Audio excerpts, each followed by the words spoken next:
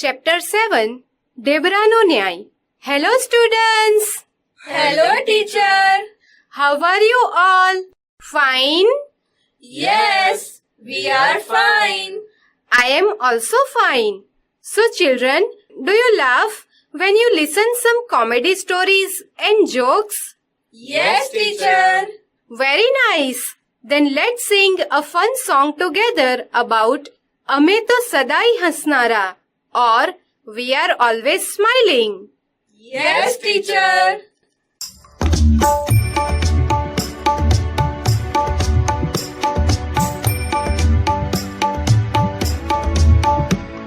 અમે તો સદાય હસનારા રોતા છો રોનારા રોતા અમે ન રહેનારા અમે તો સદાય હસનારા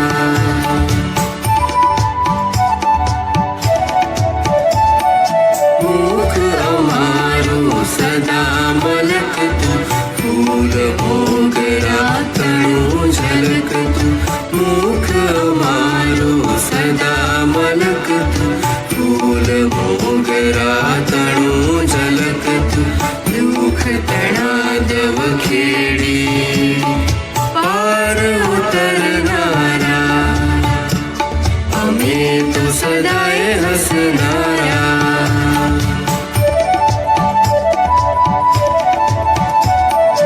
ઉષા ગુલાબો હૃદયે ફોરે નિત્ય નવા આનંદો મોરે ઉષા ગુલાબો હૃદયે ફોરે નિત્ય નવા આનંદો મોરે શોક સમુદ્રો માએ મનની મોજે તરનારા અમે તો સદાય હસનારા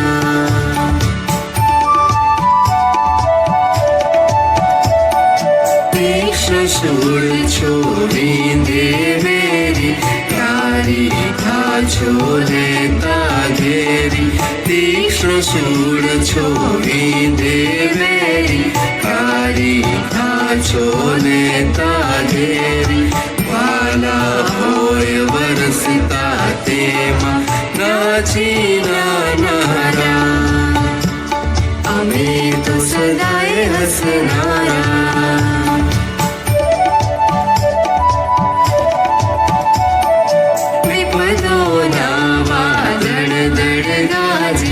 વસમી બીજો આંખે આંજે વિપદોના વાદળ દળ ગાજે વસમી બીજો આંખે આંજે તોય અમે ઉલ્લાસે ઊંચા સૂરે ગાનારા અમે તો સદાય હસનારા અમે તો સદાય હસનારા રોતા છો રોનારા રોતા મે ન રહેનારા.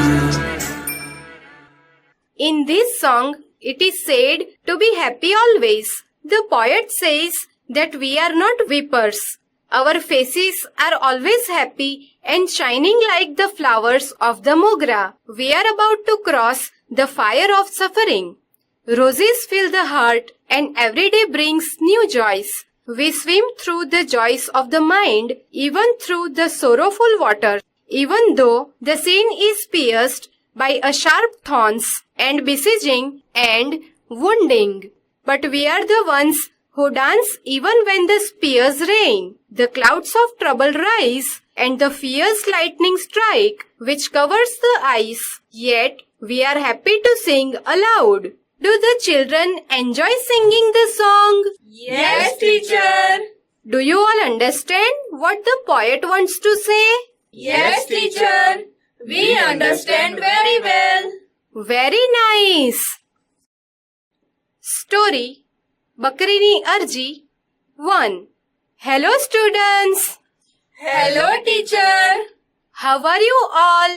Fine? Yes, we are fine. I am also fine. Students, have you seen animals like cow, buffalo, Goat? Yes, teacher. We have seen. Do you know what these animals eat? What does a goat eat? The goat eats green grass. Very good. Then let us together hear a funny story about one such goat which is beaten to death while eating green grass. Yes, teacher. એક હતા કાકા. કાકાનું નામ ખબર નથી, પણ આપણે એમને છજુ કાકા કહીશું. છજુ કાકાની પાસે મિલકતમાં એક ઝૂંપડી અને એક બકરી. આટલી મિલકતથી કાકા સુખી હતા. કહેતા, આટલું એ કેટલાની પાસે છે? કાકાના ઘરની પાસે એક શ્રીમંત શેઠનું ઘર હતું. ઘર મોટું ને ચારે બાજુ બગીચો હતો. બગીચામાં સુંદર લીલોતરી હતી. છજુ કાકાની બકરી ઘણીવાર એ લીલા કૂણા ઘાસ તરફ લાલચું આંખે જોઈ રહેતી, પણ છજુ કાકા બકરીને બરાબર અંકુશમાં રાખતા. એને ક્યારેય આગી પાછી થવા દેતા નહીં. કેટલીય વાર એ ભૂખી રહેતી. હવે એ દૂધ પણ ખૂબ ઓછું દેતી હતી. બકરી, તું દૂધ દે. કાકી, તું લીલુંછમ ખાવાનું દે. લીલુંછમ ખાવાનું તો નથી. તો દૂધ પણ નથી. એક દિવસ કાકા બકરીને લઈને ઘરમાંથી નીકળ્યા. કાકાના હાથમાંથી દોરડું છોડાવી એ નાઠી. પાસે જ શેઠના બગીચાની કાંટાળી વાડના છીંડામાં થઈને બકરી જઈ શકી, પણ કાકાથી જઈ શકાયું નહીં. એટલે કાકા બગીચાના મોટા દરવાજા ભણી ગયા. મારી બકરી અંદર ઘૂસી ગઈ છે, એને બહાર કાઢો. ઘૂસી ગઈ છે કે ઘુસાડી છે? બદમાશી કરીને પાછો સફાઈ કરવા આવ્યો છે કેમ? એણે કાકાને અંદર ઘૂસવા દીધા નહીં અને ડાંગ લઈ બકરીની પાછળ પડ્યો. જોયું તો બકરી લહેરથી નાના નાના છોડની કૂણી કૂણી પત્તીઓ ખાતી હતી. એ જોઈ માડીને ગુસ્સો ચડ્યો. તેણે બકરીના માથામાં જોરથી ડાંગ ફટકારી. બે બે કરીને ચીસ પાડી બકરી ત્યાં જ લાંબી લસ થઈ ગઈ. લઈ જા તારી બકરી. બકરીને મરેલી જોઈ છજુ કાકાની આંખમાં આંસુ આવી ગયા. મરેલી બકરીને ખભા પર નાખી એ ઘેર લઈ ગયા. કાકી પણ ખૂબ રોઈ. જાઓ, માળીની સામે શેઠને ફરિયાદ કરો. મૂંગું પ્રાણી ભૂખ્યું હોય ને વાડીમાં પેસી જાય એટલે કંઈ એને મારી નખાતું હશે? કાકા બગીચાવાળા શેઠની પાસે ગયા. પણ બકરી કાંઈ સમજે છે? એ મૂંગું પ્રાણી. એ મૂંગું પ્રાણી? પણ તું તો મૂંગું પ્રાણી નથી ને? તે મારા બગીચામાં બકરીને ઘુસાડી જ કેમ? એય, આને પેલા ઝાડ પાસે ઊભો રાખી 4 ચાબખા મારો. ચારે બાજુથી નોકરોએ દોડી આવી કાકાને પકડ્યા ને ઝાડ હેઠળ ઊભા રાખી એમને 4 ચાબખા ચોડી દીધા. કાકા વિલે મોએ ઘરે આવ્યા. શું થયું? શેઠે કંઈ નુકસાની આપી? નુકસાનીમાં મને 4 ચાબખા ફટકાર્યા. જો આ. હું આ નહીં જોઈ રહું. તો શું કરશે? આપણે રાજાને ફરિયાદ કરીશું. રાજાને ફરિયાદ કરવી હોય તો અરજી લખવી પડે. તો અરજી લખીશું. મને કે તને ક્યાં લખતા આવડે છે? તોય લખીશું. કાકા નવાઈ પામી જોઈ રહ્યા. ઘરમાં એક લાકડાનું પાટિયું પડ્યું હતું. કાકી એ લઈ આવ્યા. છરી વડે પાટિયાની સપાટીને ઘસી ઘસીને એને સુવાળી બનાવી. પછી છરી વડે એ પાટિયા પર એક ચોકડી કરીને કહે, આ ચોકડી તે આપણું ઘર. ચોકડીની પાસે લીટો કર્યો. આ લીટો તે આપણી બકરી. પછી એક લાંબી લીટી કરી કહે, બકરી અહીં થઈને જાય છે. પછી મોટી ચોકડી. આ શેઠનો બગીચો. પછી નાનું ટપકું. આ વાડનું છીંડું છે. અહીં થઈને બકરી બગીચામાં પેઠી. પછી 2 આડી લીટીઓ. અહીં બકરીના માથામાં લાઠી પડી ને બકરી મરી ગઈ. વાહ, કેવું સરસ લખાયું છે. રાજાને આ અરજી દેખાડી દેવાની. એની મેળે એ બધું સમજી જશે. અદલ ઇન્સાફ કર્યા વિના એ નહીં રહે. અરજી તો ફક્કડ લખાઈ છે, પણ એમાં મને માર્યો એ કેમ લખ્યું નથી? એ તમે લખો. તમે મારા જેટલું ભણેલા તો છો. વાત તો ખરી. આમ કહી કાકાએ છરી વડે બગીચામાં એક મોટી ચોકડી કરી. આ શેઠનું ઘર. પછી મીંડું કરી કહે, અહીં શેઠિયો બેઠો છે. પછી બીજું મીંડું કરી કહે, આ ઝાડ છે. અહીં મને ઊભો રાખ્યો છે. પછી મીંડા ઉપર 4 ઘસરકા કરી કહે, આ મને 4 ચાબખા માર્યા છે. બિલકુલ બરાબર. જેવી અરજી લખવી જોઈએ તેવી જ લખાઈ છે. હવે તમે આ લઈને રાજાના દરબારમાં જાઓ. કાકીએ પાટિયામાં કાણું પાડી તેમાં લાંબી દોરી પરોવી. દોરી કાકાના ગળામાં નાખી. પાટિયું કાકાના બરડા પર લટકતું રહ્યું. બિલકુલ બરાબર. અરજી ખોવાવાની હવે ધસતી જ નહીં. છજુ કાકા રાજાને અરજી કરવા ચાલ્યા. વાટ લાંબી હતી અને રસ્તામાં મોટું જંગલ આવતું હતું. કાકા એ જંગલમાં થઈને જતા હતા. ત્યાં એક મંદિર પાસે પૂજારી ઊભો હતો. ક્યાં ચાલ્યો દોસ્ત? જંગલમાં ફરવા નીકળ્યો છે કે શું? ના રે ના, હું કાંઈ એમ નવરો નથી. રાજાને અરજી દેવા જાઉં છું. રાજાને મળ્યો છે ક્યારે? જોયા છે? ના ભાઈ સાહેબ, મળ્યો નથી ને જોયા નથી. આ તો મારે પહેલી વાર જરૂર પડી એટલે અરજી લઈને જાઉં છું. અરજી ક્યાં છે? શી બાબતની અરજી છે? આ અરજી આ જુઓ, અહીં મારું ઘર છે, આ મારી બકરી છે. બાપડી સીધે રસ્તે ચાલી જાય છે. આ શેઠિયાનું ઘર છે. હવે તમે જ કહો, આવા દુષ્ટને સજા નહીં થવી જોઈએ? મારી બકરીને મારી નાખી, મને માર્યો. રાજા શું એને છોડી દેશે? મારી પત્ની કહે છે કે રાજા એને નહીં છોડે, રાજા એને સજા કરશે. છોડી શું દે, સજા કરશે. તારી પત્નીની વાત સાચી છે. બસ તે એટલા વાસ્તે હું આ અરજી લઈને રાજા પાસે જાઉં છું. હવે આપણે જરી નાસ્તો કરી લઈએ. મારી પત્નીએ ઘરેથી ઢેબરા બંધાવ્યા છે. કાકાએ આગ્રહ કરીને પૂજારીને ઢેબરા ખવડાવ્યા. તારી પત્ની ઢેબરા બહુ સ્વાદિષ્ટ બનાવે છે હો. પછી બંને છૂટા પડ્યા. So students, from this story, we learn that seeing that Chhaju Kaka's goat entered merchant garden and amusedly eating the leaves of small plants, the gardener became angry. So he hit the goat with stick. The goat dies there.